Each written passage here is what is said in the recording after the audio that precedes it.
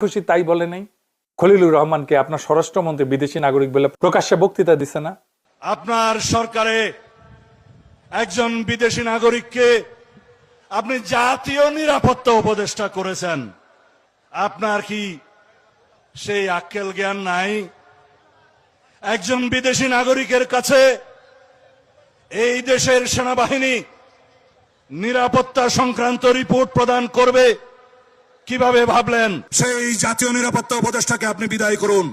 সেই জাতীয় নিরাপত্তা উপদেষ্টা হয় নিজে পদত্যাগ করবে, না হয় আপনি তাকে বিদায় করবেন। এই দেশের নিরাপত্তা সংক্রান্ত কোন জাতীয় দায়িত্ব বিদেশি নাগরিকের হাতে থাকতে পারে না। তার সে বিদেশি নাগরিককে পররাষ্ট্রমন্ত্রী বানাইছেন কেন? একজন বিদেশি নাগরিককে পররাষ্ট্রমন্ত্রী বানাইলেন, কোন জবাব দেন এটা কেন বানাইছেন?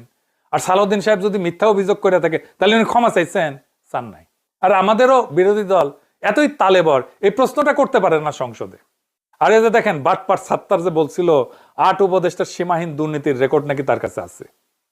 তো এখন তো সে তারেক রহমানের একান্ত সচিব, কি মাল পানি খেয়ে কে সিস্টেম করে ফেলিছেন নাকি সে উপদেষ্টাদের সাথে? কেন এই দুর্নীতির হিসাব দেয় না? ওকে দিতে হবে এই দুর্নীতির হিসাব। সচিবালয়ে বিক্ষোভ করে অচল করে দেয় না এই বাটপার সাত্তার? তারে তো বানাই দিছে একান্ত সচিব। হ্যাঁ, বাটপার ছাড়া তো আপনাদের চলে না। হ্যাঁ, এক মুহূর্ত শান্তিতে থাকতে দিয়েছেন প্রফেসর ইউনূসকে। বাদ দেন প্রফেসর ইউনূসের কথা। 1971-এর 17 ডিসেম্বর কি দেশে এর চেয়ে ভালো ছিল? যুদ্ধ বিধ্বস্ত, পোর্টে মাইন বসানো, সমুদ্রে জাহাজ ভিড়তে পারে না, ব্রিজ বেশিরভাগ উড়ে গেছে, এয়ারপোর্টে রানওয়ে নাই, 1 কোটি শরণার্থী ইন্ডিয়ায়, সবার হাতে অস্ত্র।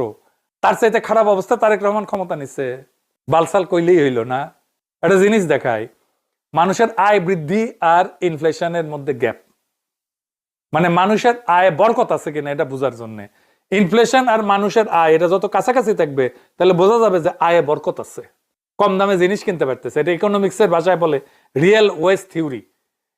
এটা প্রফেসর ইউনূস ঠিক করে দিয়ে গেছিল যে এডিটর সাহেব দেখান, ওই অংশটুকু দেখান, ওটা কোন সময়টা জিনিসপত্রের দাম কমেছিল সবাই জানে।